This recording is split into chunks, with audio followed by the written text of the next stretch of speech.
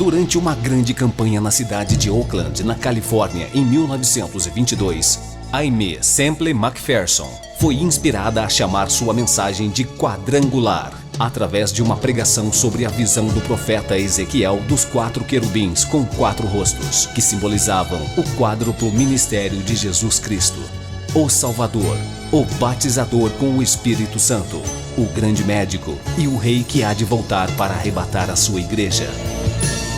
Sua mensagem nunca mudou, mas recebeu nova ênfase quando ela começou a proclamá-la com o nome dado por Deus: Evangelho Quadrangular.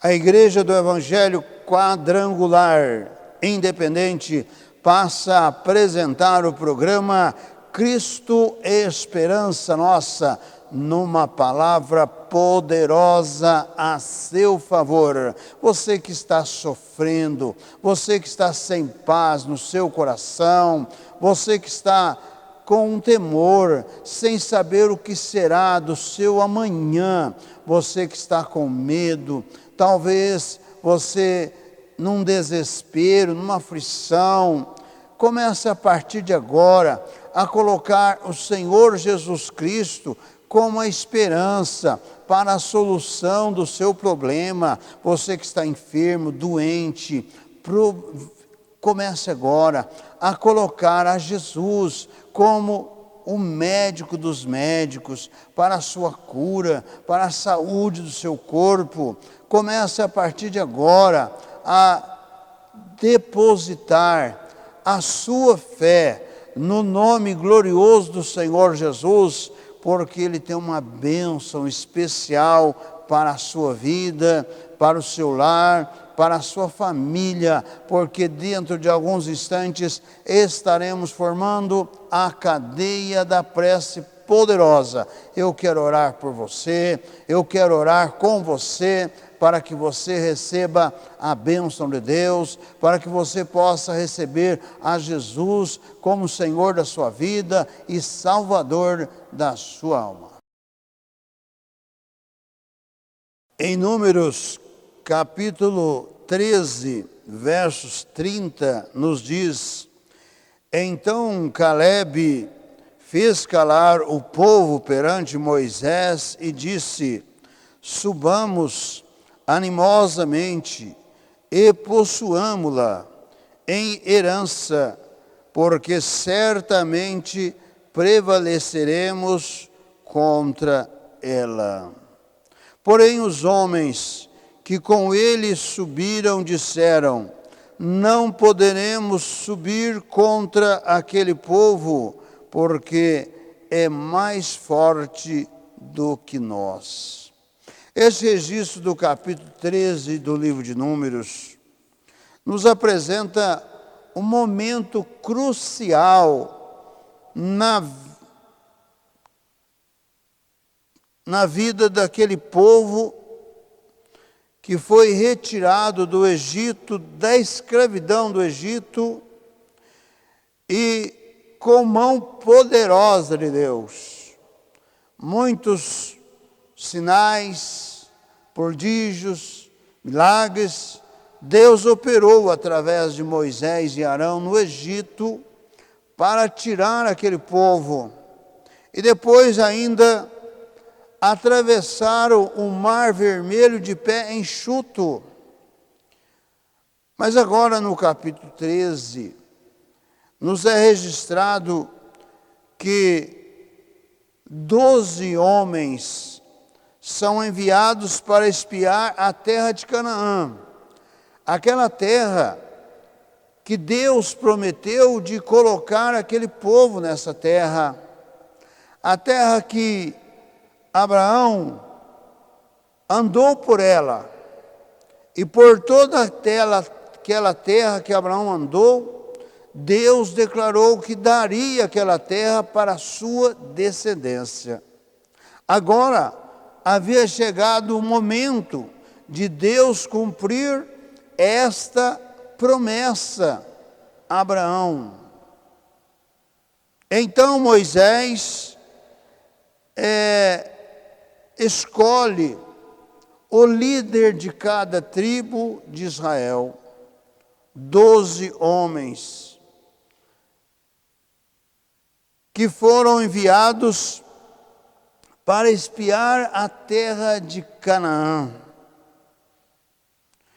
Diz o versículo 1 do capítulo 13: E falou o Senhor a Moisés, dizendo: Envia homens que espiem a terra de Canaã, que eu hei de dar aos filhos de Israel.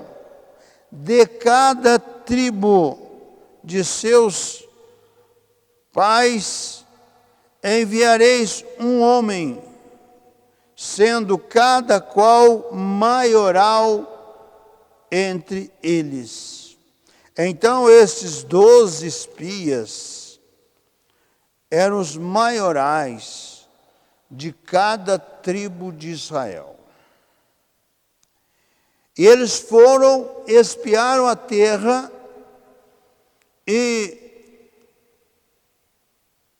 andaram por ela. O versículo 27 nos diz, do capítulo 3 de Números: E contaram-lhe e disseram: Fomos à terra que nos enviastes, e verdadeiramente mana leite e mel, e este é o fruto. O povo, porém, que habita nessa terra é poderoso, e as cidades fortes e muito grandes. E também ali vimos os filhos de Enaque. Veja bem, primeiramente, eles apresentaram os frutos. Eles trouxeram dali um cacho de uva que foi necessário 2 homens para carregar aquele cacho de uva com uma vara.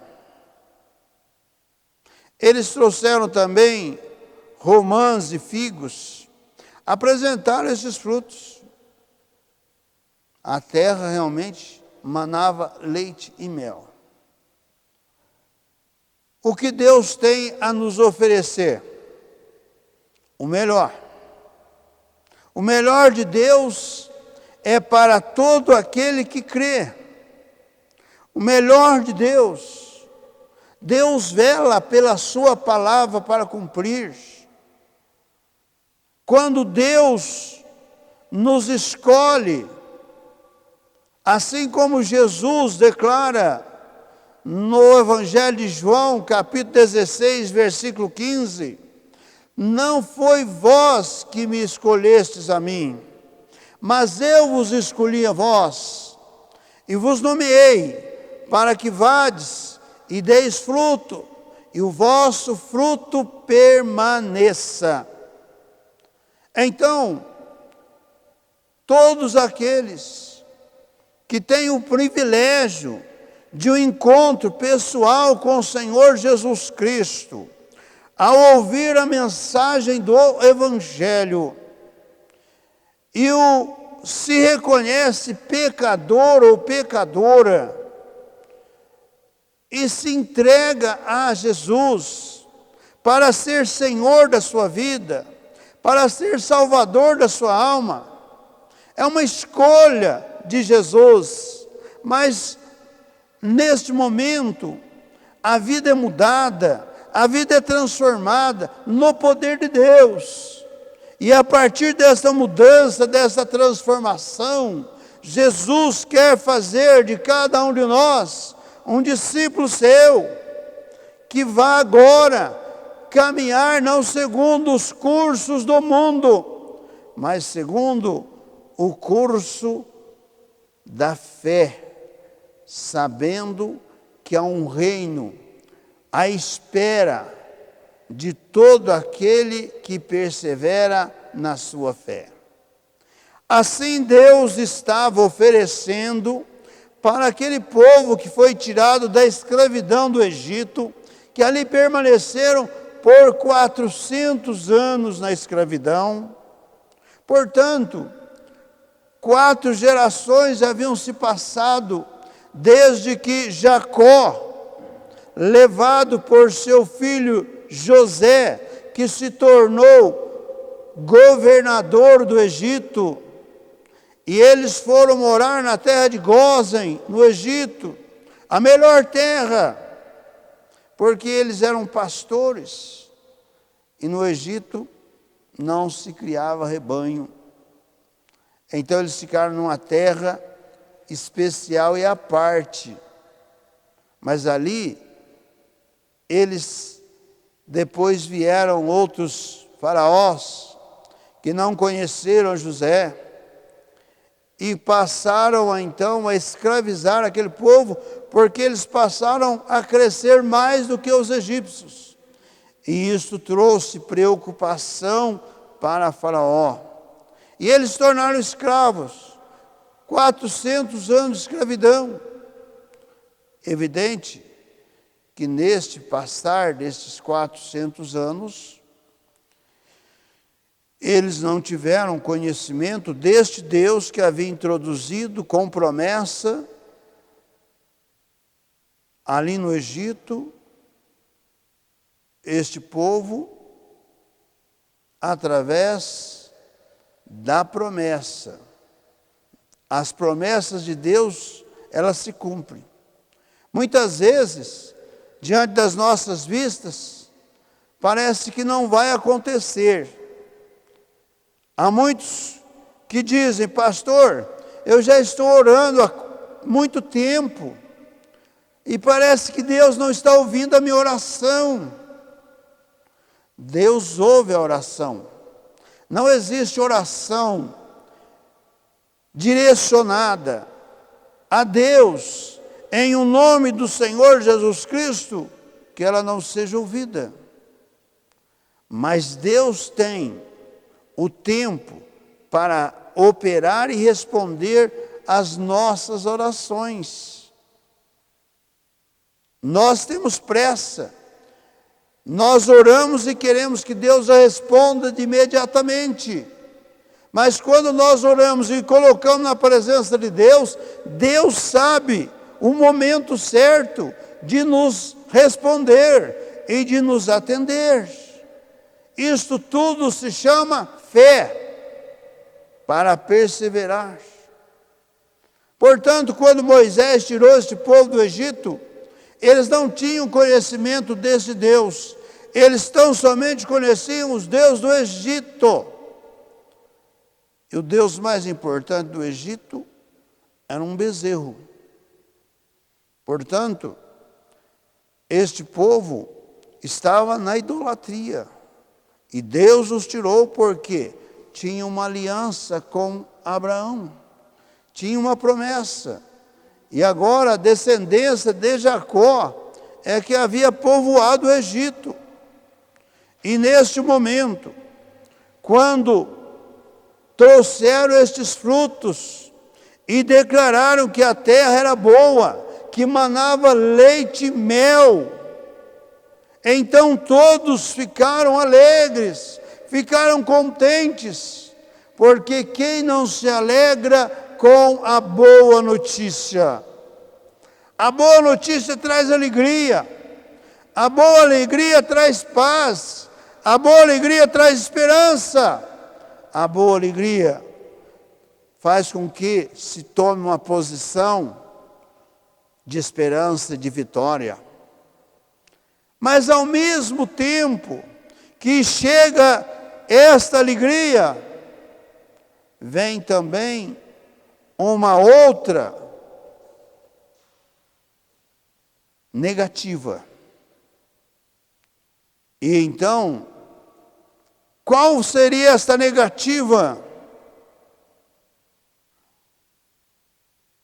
Seria o versículo 38 que diz: o povo, porém, que habita nessa terra é poderoso e as cidades fortes e muito grandes. E também ali vimos os filhos de Enaque, gigantes que habitam na terra. Vimos também os amalequitas, habitam na terra do sul, e os heteus, e os jebuseus, e os amorreus habitam na montanha, e os cananeus habitam ao pé do mar e pela ribeira do Jordão. Olha, quantos inimigos, quantos obstáculos foram aqui colocados. Esqueceram da parte boa, esqueceram o fruto que eles contemplaram com seus olhos, esqueceram o cacho de uva que foi necessário 2 homens levar em uma vara. Eles esqueceram que a terra foi declarada que manava leite e mel. Mas com esta apresentação destas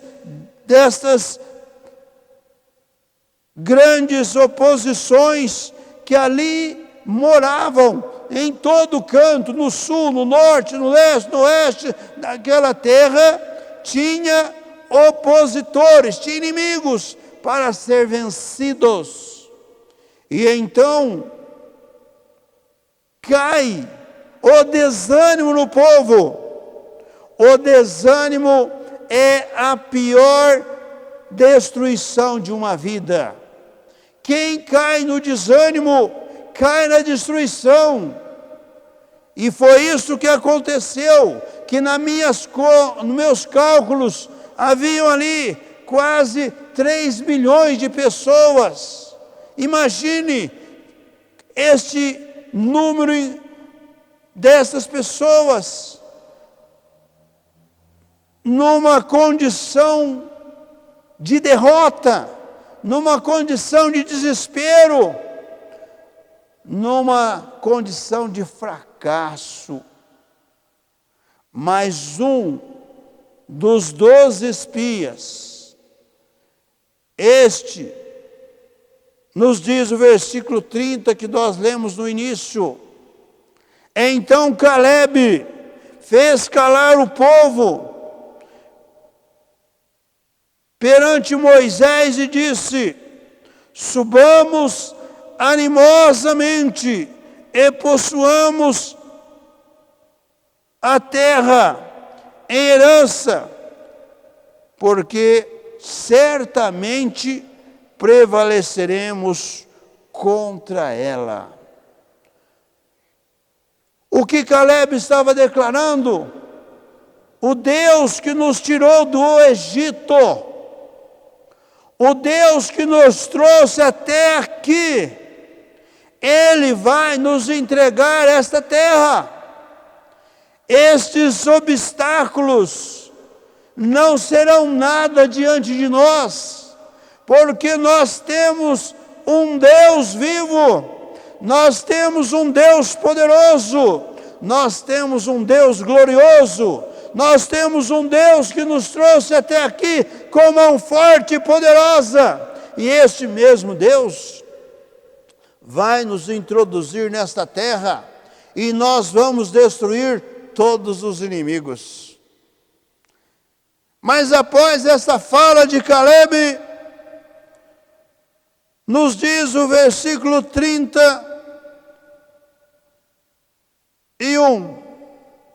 porém, os homens que com eles subiram, disseram: não poderemos subir contra aquele povo, porque é mais forte do que nós. 10 espias se uniram contra Calebe.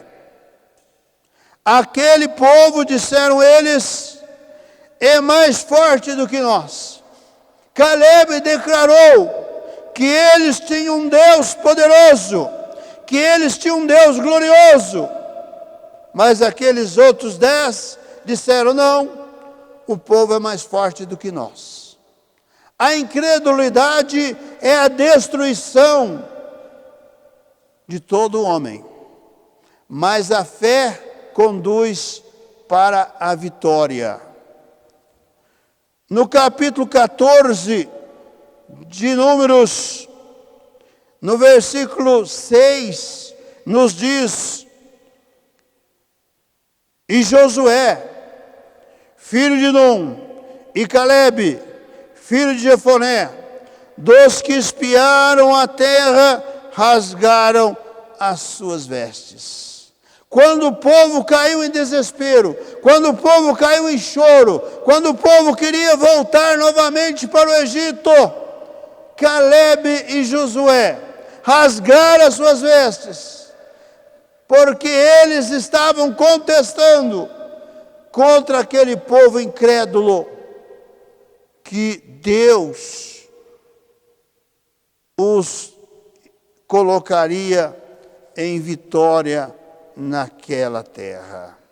Precisamos crer nos momentos difíceis da nossa vida, nestes momentos em que o mundo está sendo assolado por um vírus ou uma bactéria destruidora e muitas mortes estão acontecendo, muitas vidas estão sendo ceifadas.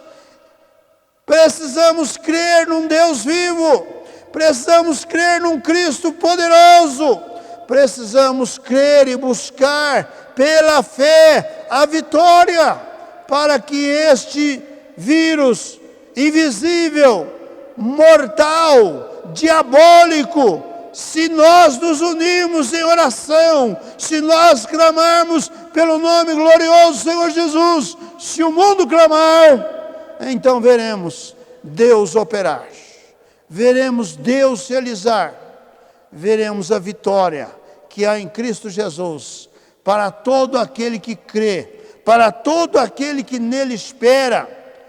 É momento aonde as igrejas estão com portas abertas, é momento que os seus membros sejam despertados, para ali estar em comunhão, para ali estar em oração, para ali estar buscando o poder de Deus, intercedendo pela cidade que estão representados, pelo Estado e pela nação brasileira, porque o nosso Deus é Deus vivo, é Deus poderoso, é Deus glorioso, é Deus que ouve e responde a nossa oração. Se você crê nisto, feche os seus olhos, forme comigo a cadeia da prece poderosa. Eu quero orar com você, eu quero orar por você, não importa qual seja a sua situação, creia no poder de Deus, creia no poder do nome glorioso do Senhor Jesus, porque Ele tem bênção para a sua vida, Ele tem vitória para a sua vida,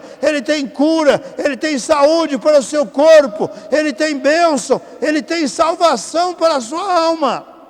Basta você crer, basta você se arrepender dos seus pecados e confessar a Jesus com a sua boca, aceitando como Senhor da sua vida e Salvador da sua alma, pedindo para que o seu nome seja escrito no livro da vida, e você terá a bênção da salvação na sua vida. Creia, não importa qual seja a situação que você se encontra, creia que o poder de Deus, o poder do nome do Senhor Jesus é maior do que o seu problema, é maior do que a sua necessidade. Forme comigo a cadeia da prece poderosa. Senhor Jesus, de todo poder, Senhor, de toda graça, no Teu santo nome, ó Cristo amado, eu me coloco na Tua presença nesta hora, juntamente com esta vida, Senhor, que me assiste, com este lar, com esta família, ó Deus, com este empresário, com este comerciante, ó Deus, com estes que estão crendo na tua palavra, que estão crendo que tu és o Deus vivo, o Deus poderoso, o Cristo libertador, o Cristo médico dos médicos, advogado dos advogados, que pleiteia a causa daqueles que te buscam e em ti esperam. Senhor Jesus, no teu santo nome, eu me levanto nesta hora contra todo o poderio das trevas, eu me levanto nesta hora contra o espírito da doença, o espírito da enfermidade alojado neste corpo, eu me levanto nesta hora contra este espírito invisível, ó Deus, esta bactéria, este mal que paralisa o sangue no corpo, em o nome do Senhor Jesus, eu estou repreendendo este espírito de doença e de enfermidade, para que haja remoção, para que haja, Senhor, cura nos pulmões, nas vias respiratórias, ó Deus, onde quer que a doença esteja alojada, em o nome do Senhor Jesus, eu estou orando, seja queimada a doença, removida a enfermidade. Visita, ó Deus, aqueles que estão no medo, que estão no pânico, que estão na perturbação, em o nome do Senhor Jesus, eu estou repreendendo espírito de medo, espírito de pânico, espírito de desespero, ser removido essa vida agora, em nome do Senhor Jesus. Ó Deus, aqueles, Senhor, que estão com a sua mente perturbada, angustiada, em o nome do Senhor Jesus, eu estou ordenando, mente atrofiada, mente amarrada, seja liberada pelo nome glorioso do Senhor Jesus. Abençoa esta casa, abençoa este lar, abençoa esta família, remove, Senhor Jesus, no teu santo nome, toda adversidade, toda obra do inimigo, eu estou ordenando ser removida agora de cada canto dessa casa, do seio dessa família, em nome do Senhor Jesus. Visita, ó Deus, o empresário, visita o comerciante, visita, Senhor, o trabalhador, a trabalhadora que necessita da tua bênção, no nome do Senhor Jesus, eu oro, eu abençoo, e para a sua glória.